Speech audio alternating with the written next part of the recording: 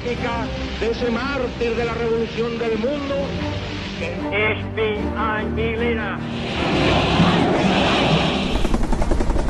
One small step for man. I have never been a quitter. Мы стали одним из главных оплотов оперы.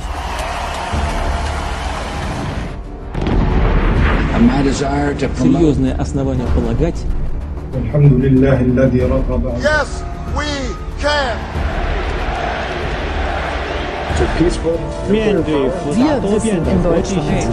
Muy buenos días en Moscú, muy buenas tardes en San Francisco, muy buenas noches acá en Washington, D.C. Geopolítica, el mundo en sus manos. Eso es lo que tratamos de hacer cada semana. Y desde Washington TV estamos poniendo nuestro mayor esfuerzo. Estamos colocando una programación que sea de su agrado. Estamos muy contentos. Ya no es Leonardo Prieto solamente con el programa de geopolítica. Le damos la bienvenida también al señor René Núñez, Edwin Zambrano, Julián Salazar, Carlos, también nuestro amigo Ricardo Uruchaga, a nuestro amigo Rafael Marrón, a nuestro próximo programa que ya va a comenzar también en unas semanas, Omar Muñoz va a estar al Caldero con Omar.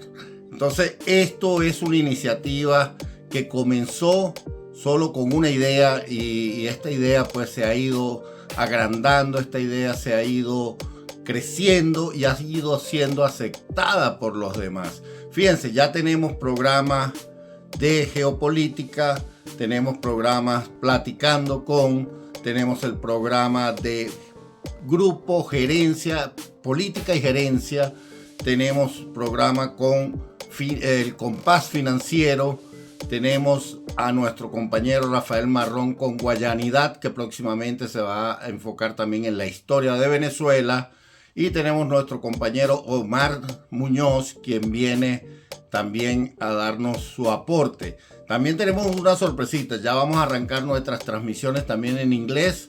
Con todos nuestros programas van o tratan de ir traducidos al inglés porque nos encontramos en Washington DC, nos encontramos en los Estados Unidos de América, el idioma oficial de los Estados Unidos de América es el inglés y también queremos llegar a esa comunidad de habla inglesa, darle nuestro punto de vista latino a esa comunidad que de habla inglesa. Queremos mostrar todo también lo que somos nosotros los latinos desde el punto positivo, desde nuestro punto cultural, nuestro punto de conocimiento, nuestro punto científico.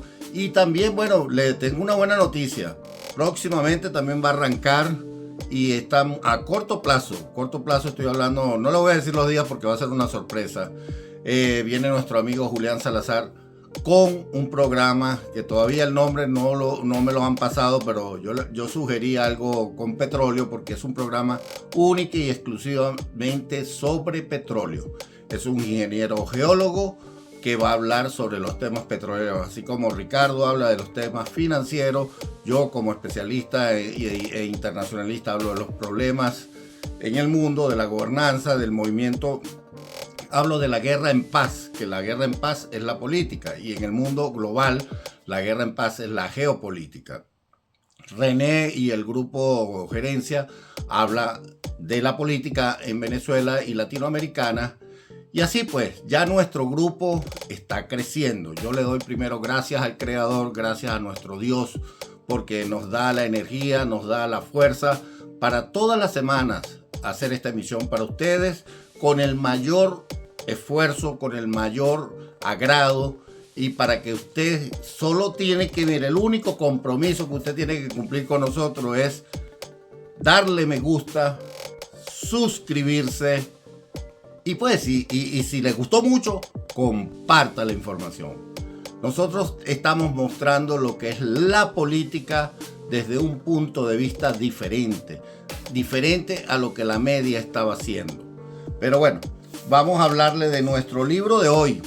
Nuestro libro de hoy es La Gran Hambruna en la China de Mao. La Gran Hambruna en la China de Mao.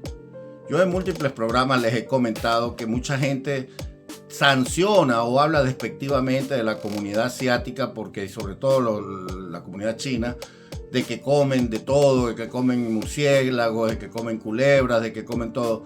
Pero yo les pido a la gente que sea un poco más empática, porque ellos no comen eso porque lo quieren. Es simplemente que a partir de esta gran hambruna que causó Mao Zedong, la cual en ese momento mató más de 43 millones de personas, llegando en todo su periodo Mao Zedong a casi 73, 75 millones de personas. Es decir, ha sido una de las hambrunas que más gente ha matado. Esta gente tuvo que comer lo que había. Ahora entiende usted, si no sabía, pues, que Mao Zedong es el causante de que los chinos coman todo lo que comen. Los chinos culturalmente no comían eso. Y ellos, por supuesto que tienen una dieta diferente a la nuestra, porque la misma geografía determina la dieta de las personas. Yo como sociólogo podemos hacer un debate extenso sobre el tema. Pero realmente lo que obligó a ellos a comer todas esas cosas raras fue el hambre. Y siempre lo comento, porque ustedes creen que en Venezuela no se ha comido perro, o en Cuba, o en Rusia, o en Vietnam. Entonces, se los dejo para su reflexión. Les recomiendo este libro, La Gran Hambruna en la China de Mao, para que usted pueda ser un poco más empático con esa comunidad china, porque yo no tengo nada en contra de China como tal, como pueblo. Mi problema es contra el gobierno chino, el régimen chino, porque eso no es un gobierno, es un régimen. Contra ellos es que está mi problema, porque ellos quieren imponerme una forma de vida que no es la que yo estoy acostumbrado. Yo me gusta la vida occidental, me gusta vivir como vivo, y por eso es que a través de esta pantalla, este es el arma que yo uso. Yo defiendo tanto a lo que es ser conservador, y defiendo las políticas del presidente Trump, defiendo las políticas, ni siquiera las políticas del presidente Trump. Yo defiendo esta forma de vida, que no la determina un hombre, no la determina un partido, no la determina, es decir, que quien representa mejores esos valores es el Partido Republicano, claro que sí. Por eso libremente colaboro pues con el Partido Republicano y trabajo en lo que pueda trabajar, porque esa organización representa lo que soy yo, pues, prácticamente, y lo que es usted. Porque el que no me diga que le gusta vivir como la gran clase media americana, donde usted pueda tener su carro, su casa, todas las cosas que quiere, tiene que trabajar, por supuesto. Es el único requisito, trabajar. Al que no le gusta trabajar es por eso que se mete a la izquierda. Bueno, ya a ustedes les he hablado de Karl Marx, cómo Karl Marx vivió, y él es el padre de la filosofía o de cómo se gobierna el marxismo. Entonces, bueno, no haciendo más propaganda a este tipo de personas, quiero continuar con geopolítica.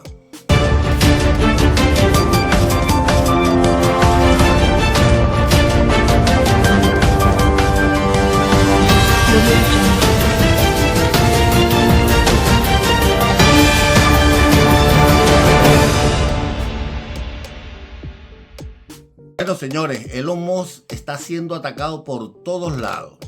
Elon Musk primero el gobierno de Canadá suspendió el contrato que tenía con Starlink, creyendo pues que le va a hacer un gran daño a Elon Musk, y no se dio cuenta que quien tiene, o el único que tiene ese tipo de tecnología es Starlink, y pues van a tener que aguantarse esas ganas de sacar a Starlink de Canadá.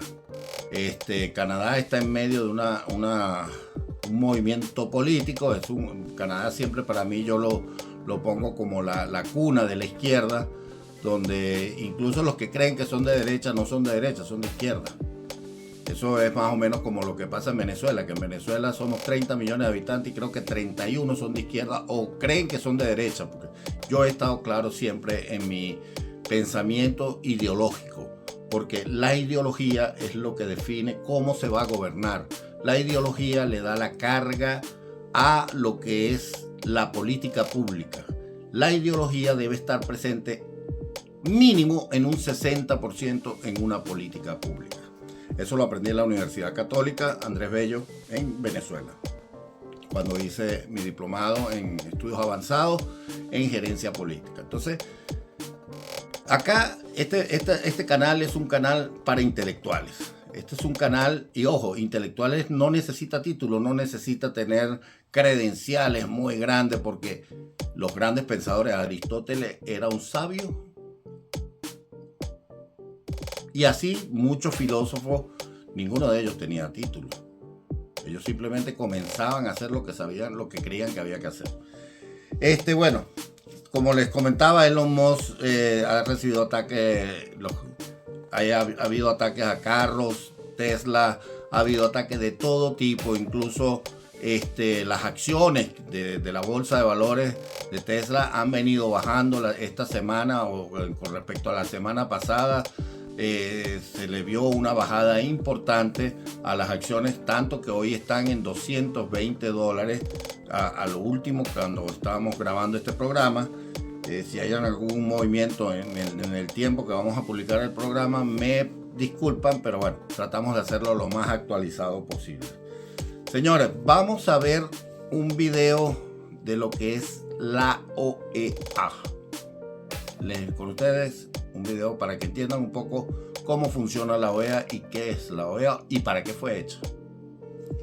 Hola amigos, bienvenidos a Te lo explico, el canal que acompaña tu aprendizaje. ¿Qué es la OEA? El día de hoy hablaremos sobre el concepto y el propósito de la OEA. Empecemos. La OEA es la Organización de Estados Americanos y es un organismo internacional que agrupa a muchos países de América. Es más, es el organismo regional más antiguo del mundo.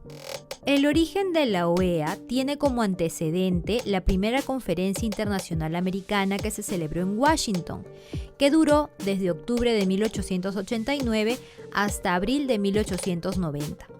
Allí se acordó crear una Unión Internacional de Repúblicas Americanas y se empezó a tejer una serie de disposiciones e instituciones que luego se conocería como un sistema interamericano. Ese es el antecedente más lejano de la OEA, pero este organismo propiamente dicho fue creado en 1948, cuando se suscribió en Bogotá, Colombia, la Carta de la OEA, que entró en vigencia desde diciembre de 1951. Luego de ser creada, fue enmendada por primera vez por el Protocolo de Buenos Aires, suscrito en 1967 y que entró en vigencia en febrero de 1970. Esa fue la primera enmienda. Luego se volvió a enmendar por el Protocolo de Cartagena de Indias, suscrito en 1985 y que entró en vigencia en noviembre de 1998, para después enmendarse otra vez por el Protocolo de Managua, suscrito en 1993, que entró en vigencia en enero de 1996. Y finalmente por el Protocolo de Washington, que se suscribió en 1992 y que entró en vigencia en septiembre de 1997.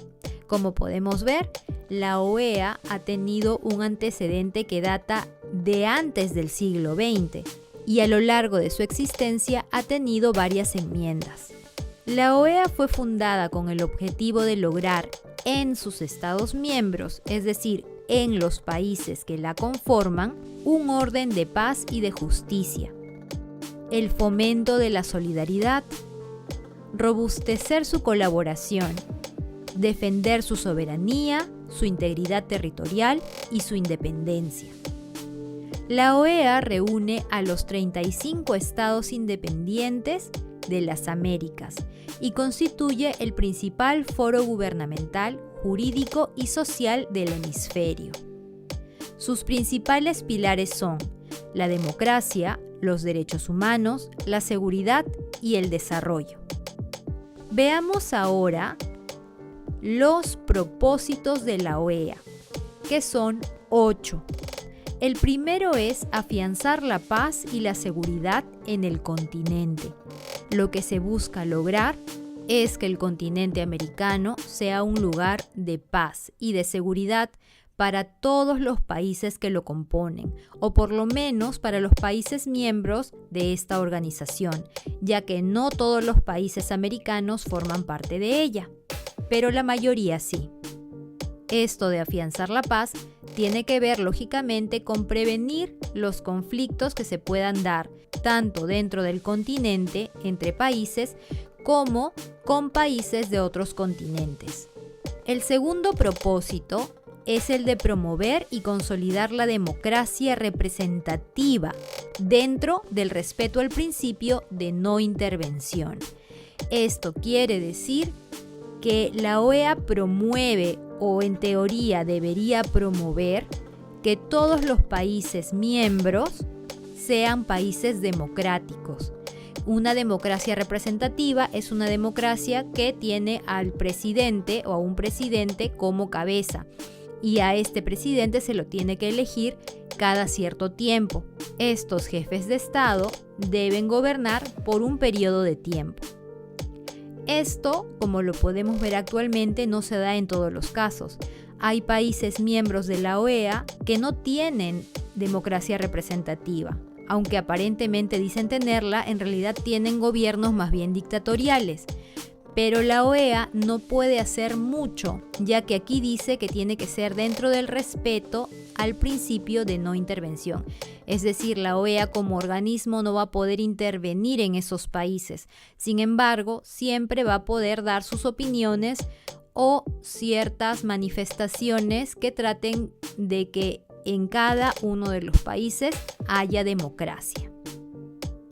El tercer propósito de la OEA es prevenir las posibles causas de dificultades y asegurar la solución pacífica de controversias que surjan entre los Estados miembros.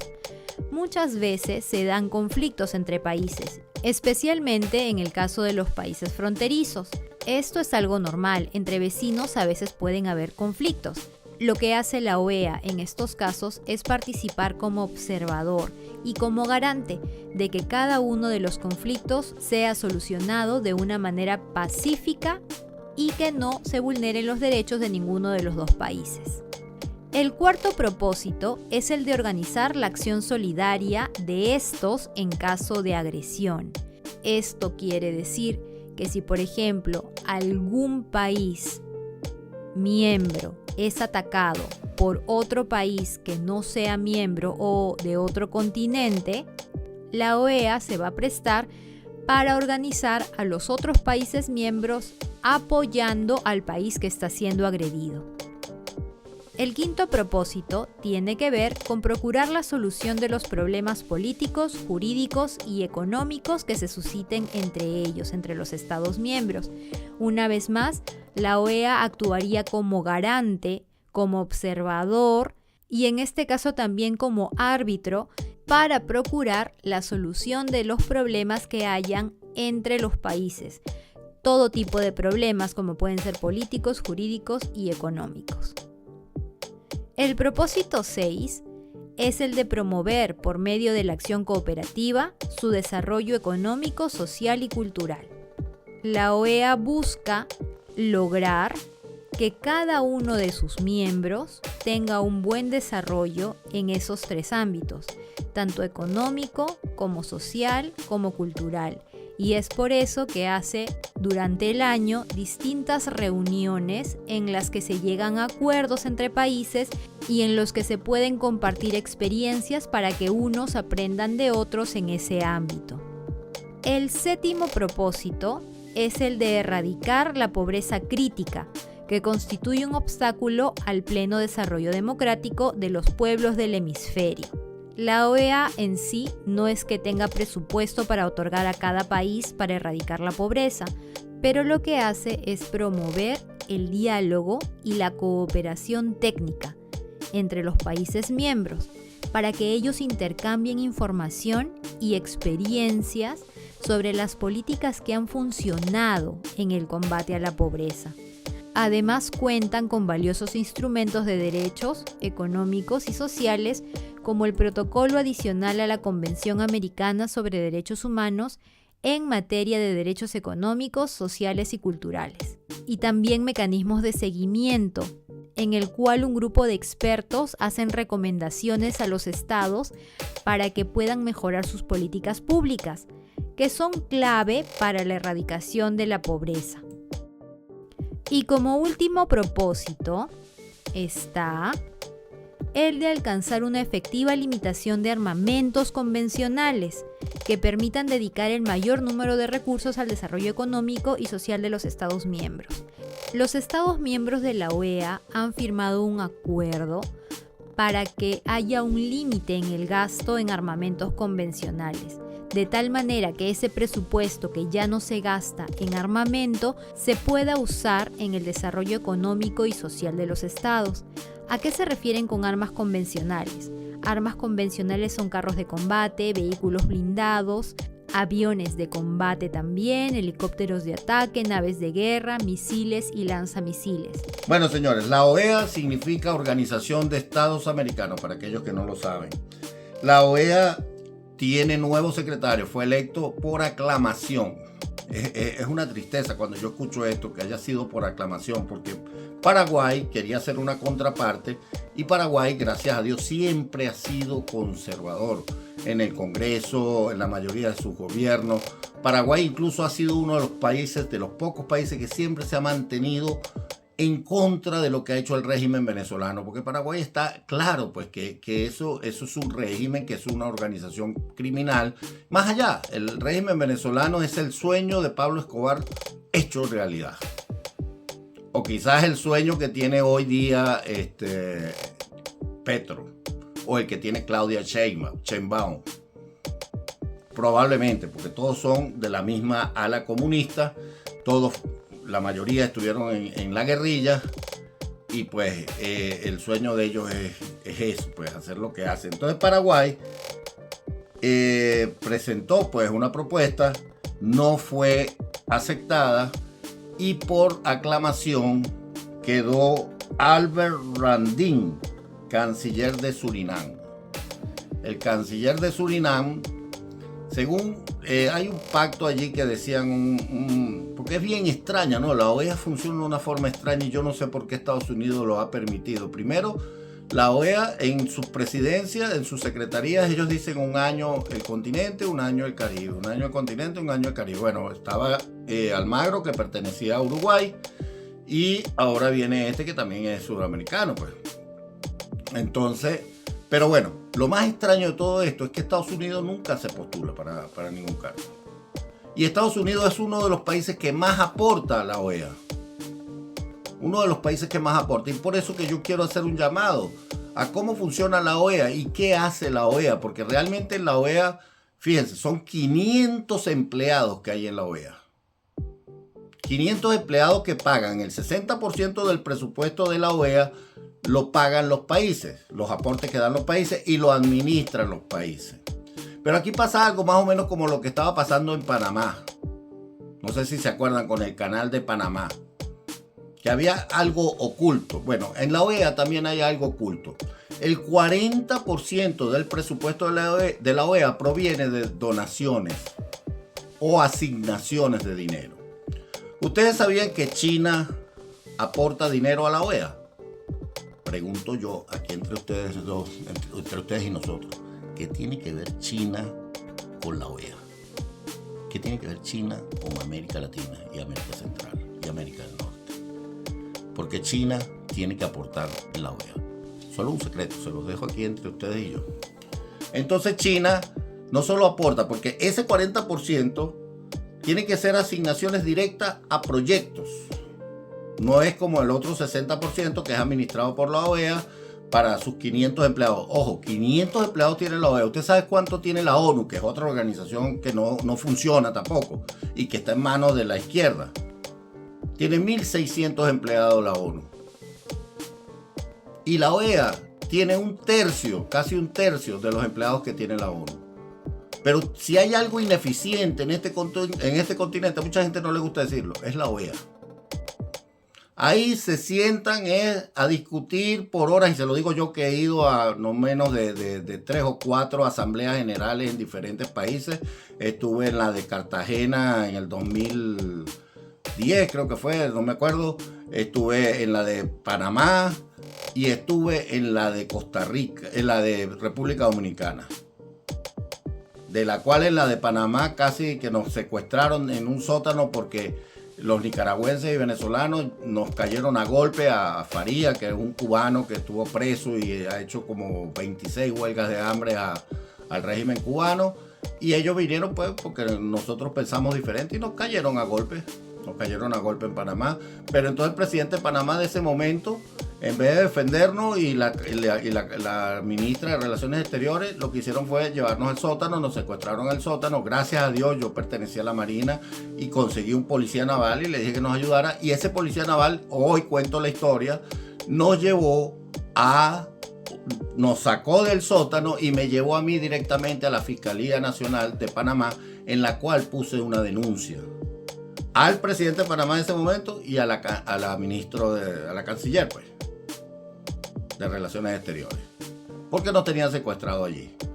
Después también en otra asamblea general en República Dominicana estaba una ministra que ustedes conocen, Delcy Rodríguez, dando una charla en plena asamblea general diciendo que en Venezuela nos faltaba la medicina, que en Venezuela nos faltaba la comida y que en Venezuela no había presos políticos. Y pues yo, como buen peleador que soy, defensor de la no violencia, me paré y le dije en plena asamblea que eso era mentira. ¿Qué fue lo que recibí? Bueno, ahí me cayó un montón de gente del SEBIN, de todo. Gracias a Dios, esa vez, fíjense, porque esa noche me entraron a mi habitación. Y hoy lo cuento porque pues ya llegó los momentos de contar las cosas. Entraron a mi habitación. Le dieron $100 a la persona que estaba en el counter en un hotel 5 estrellas. Le dieron $100 para que proporcionara la llave de mi habitación. Entraron a mi habitación, no sé si era para asustarme, creo que era para asustarme, pero salieron asustados ellos. Pues yo, para mal de ellos, yo duermo tarde. Y cuando estaban tratando de abrir la puerta, yo estaba pendiente. Después, allí trataron de expulsarme. Quien me defendió, y tengo que decirlo, fue Almagro. Almagro no permitió, o en ese momento la OEA o los altos jerarcas de la OEA no permitieron que me expulsaran de República Dominicana. Incluso tuve una conversación con el expresidente Leonel Fernández y pues fue un momento bien agradable y desagradable. Pero realmente, si hay alguien que conoce cómo funciona la OEA, yo no digo que no haya buenas intenciones. Yo no digo que Almagro no haya intentado cambiar eso.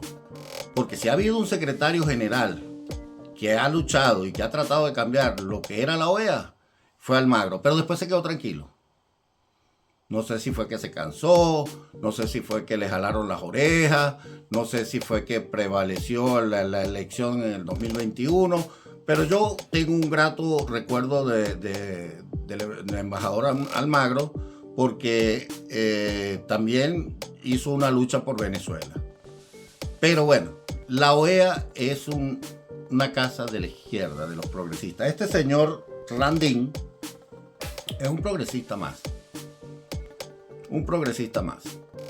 ¿Qué va a hacer en la OEA, señores? Nada.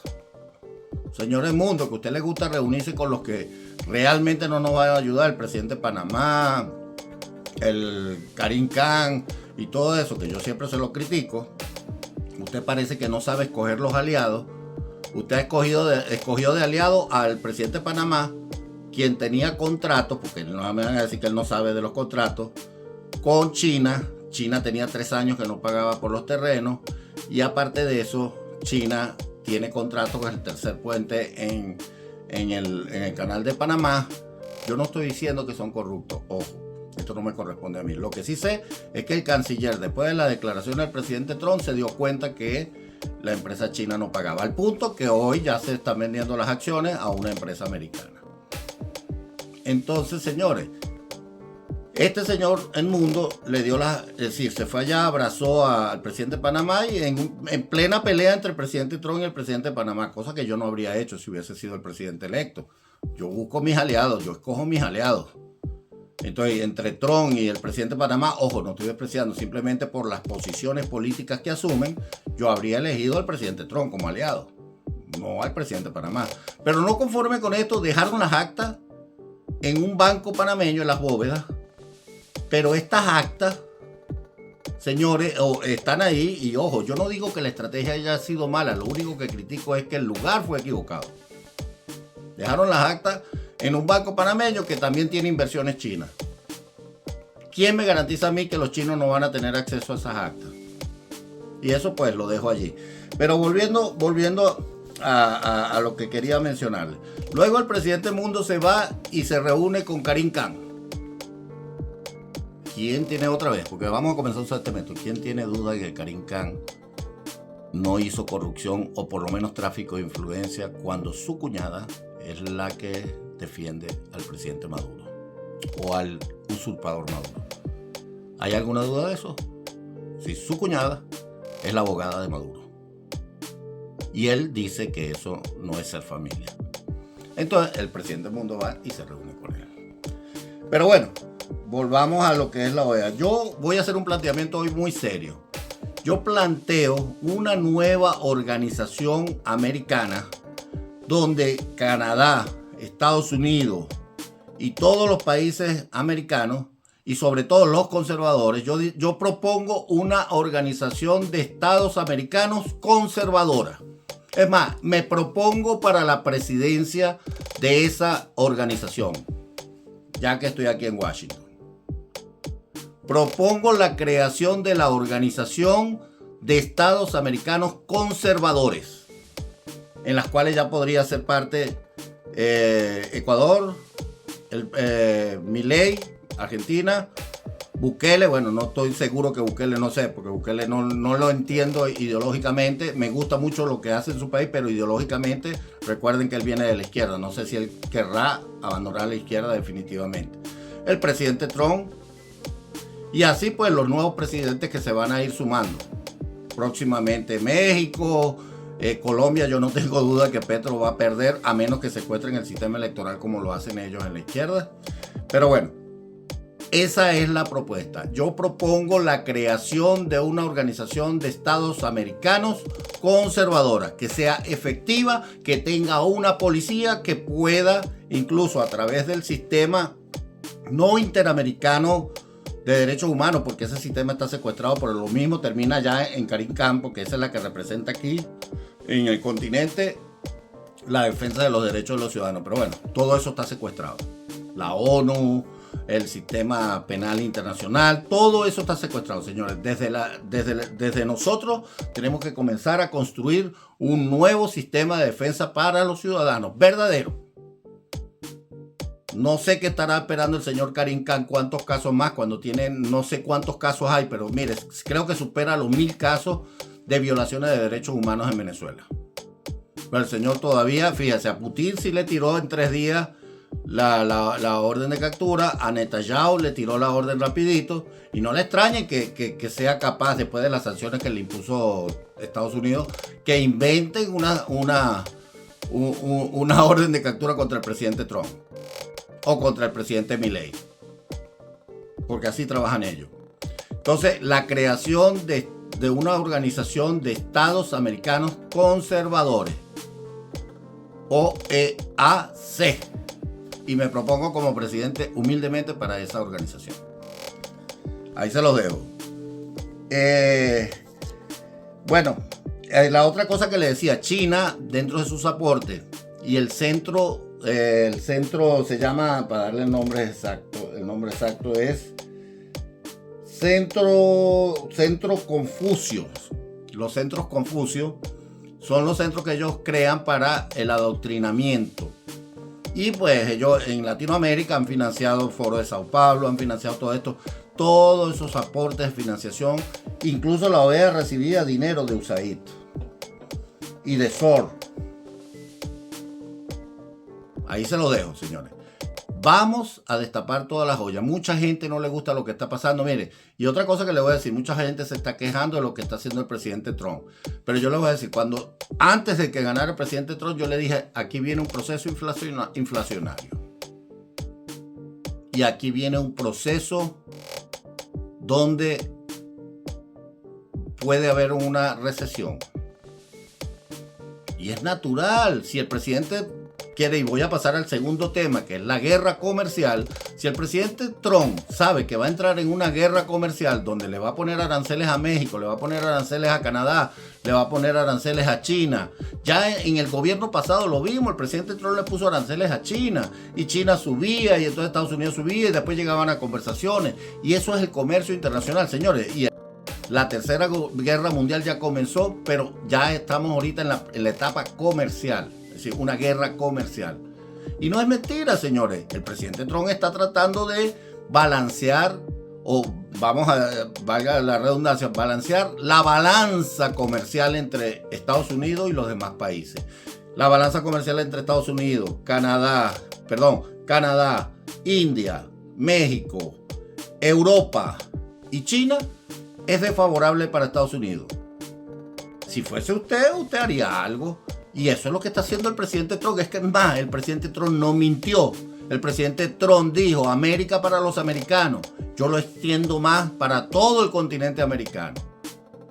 ¿Por qué? Porque si este país seguía como iba con el gasto público que tenía, y este país vive solo del gasto público, bueno, el sector privado aporta muchísimo, mucho más que en otras sociedades, pero es que no se puede seguir con el gasto público que tiene Estados Unidos ahorita y que va creciendo exponencialmente. Y por eso es que todo el mundo odia ahora a Elon Musk, porque Elon Musk ha ido destapando lo de bueno, eso lo hizo Kennedy, que pidió para el gasto que se hacía, los 500 millones que se aportaban a la Organización Mundial de la Salud, la cual no hace nada. Y pienso yo que hasta hay posibilidades de que nos hayan inyectado un chip. Yo no estoy acusando a nadie, pero hay posibilidades hasta que nos hayan inyectado un chip. ¿A usted no le ha pasado que usted piensa algo e inmediatamente eso aparece en Facebook? Se lo pregunto. Y yo, mire, la última vez lo analicé, pero palmo a palmo. Tuve un pensamiento. No se lo dije a nadie, no se lo comuniqué a nadie porque me estaba bañando. No lo mencioné en voz alta. Y cuando salí del baño, que me sequé y agarré el teléfono, tenía una foto que se refería a lo que yo había pensado. ¿Casualidad? Yo no lo creo. Ahí se los dejo. Entonces, señores, bueno, esta guerra comercial, les voy a dejar un video para que puedan ver más o menos cómo está aconteciendo esto. Con ustedes el video. La guerra comercial ha estallado y todo el mundo tiene miedo por lo que esta pueda traer. La palabra aranceles ya es parte de nuestro día a día y ningún país parece estar a salvo de la furia de Donald Trump a la hora de repartir aranceles por el mundo. Y no, ahora mismo, por muy amigo, aliado, socio, pana o amante de Estados Unidos que seas, nada te libra de que el señor del cabello dorado que habita la Casa Blanca pueda amenazarte con poner patas arriba tu comercio internacional. No obstante, es muy posible que con todo este lío te estés preguntando: ¿qué es la guerra comercial? ¿Cómo hemos llegado hasta aquí? ¿Me puede afectar? O mejor, ¿me puedo beneficiar de ella? Pues ponte cómodo que ahora mismo te lo voy a contar. Lo primero de todo, ¿qué es una guerra comercial? Bueno, esto es fácil de entender. Una guerra comercial es cuando dos países ponen aranceles y otro tipo de barreras comerciales a los productos del otro, con objetivo de proteger la industria nacional o perjudicar a la industria de tu enemigo. ¿Y los aranceles son buenos o malos? Pues depende. Como hemos dicho, los aranceles pueden ser beneficiosos porque ayudan a proteger las industrias locales de la competencia extranjera. Esto es especialmente útil para las industrias que están en desarrollo y no están listas para competir en el mercado global.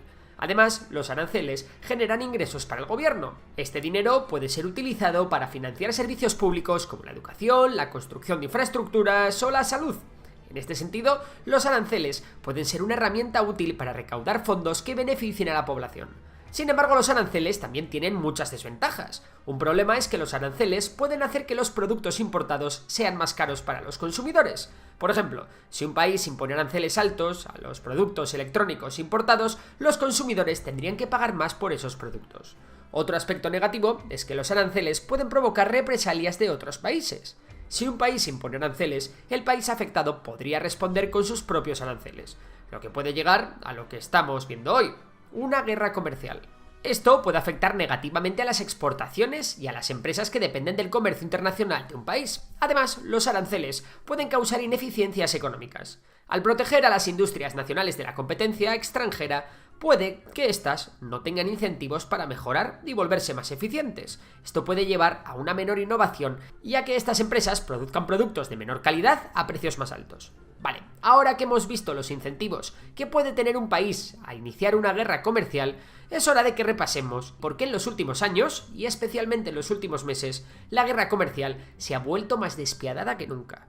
Todo comienza con la presidencia de Donald Trump. Nos vamos a 2018. Fue entonces cuando el presidente estadounidense cambió su foco estratégico y comenzó a centrarse en China, como principal rival geopolítico de Estados Unidos. Trump sabía que Estados Unidos tenía un gran problema. El país del tío Sam compraba a China muchos más productos de los que le vendía. O dicho de otra manera, su balanza comercial con China era muy negativa. ¿Por qué? La respuesta era muy simple. Los chinos eran muy competitivos fabricando todo tipo de productos. Todo este producto barato se vendía con facilidad en Estados Unidos e inundaba el mercado, lo que llevaba años provocando la quiebra de muchas empresas estadounidenses.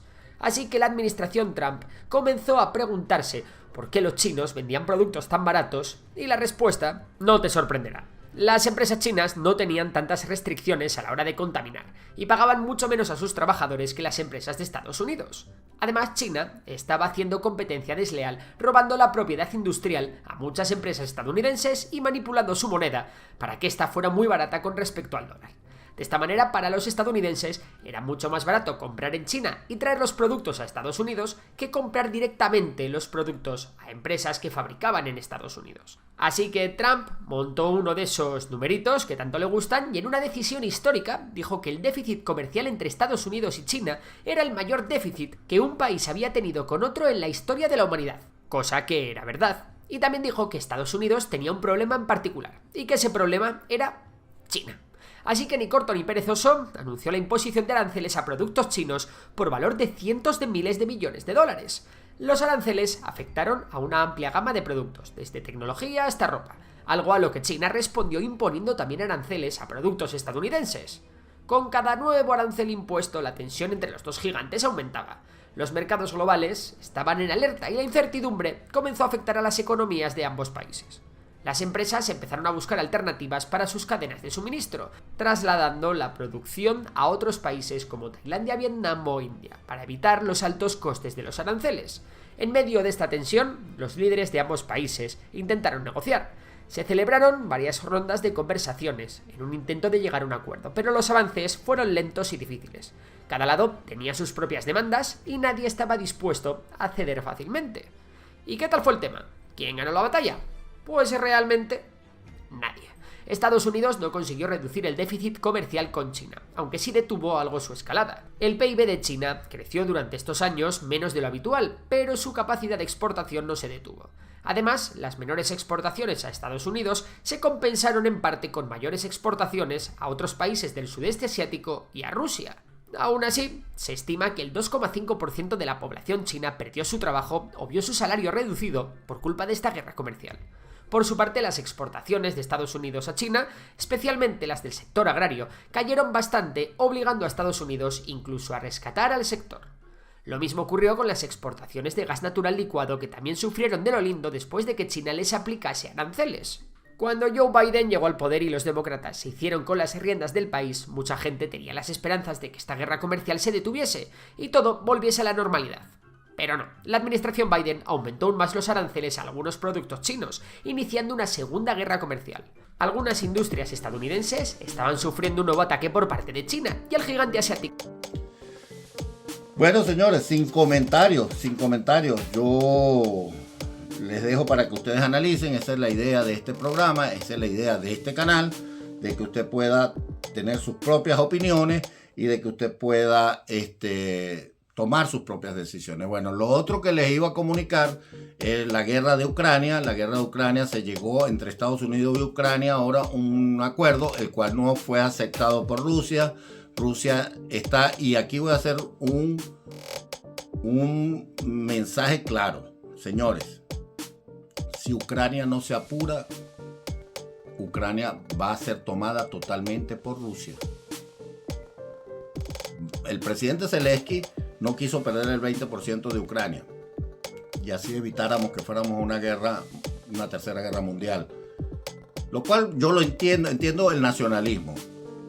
Pero entre el 20% de Ucrania y que vayamos a una guerra mundial, yo prefiero que se pierda el 20% de Ucrania. Bueno, ahora no está en riesgo el 20%, señores. Ahora está en riesgo el 100% del territorio ucraniano.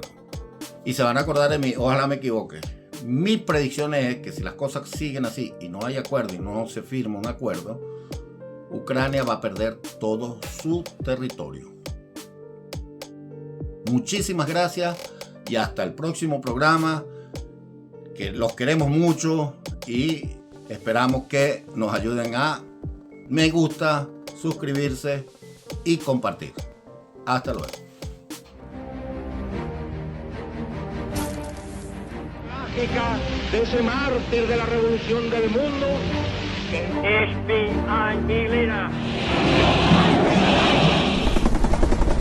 One small step for man. I have never been a quitter. Мы стали одним из главных оплотов по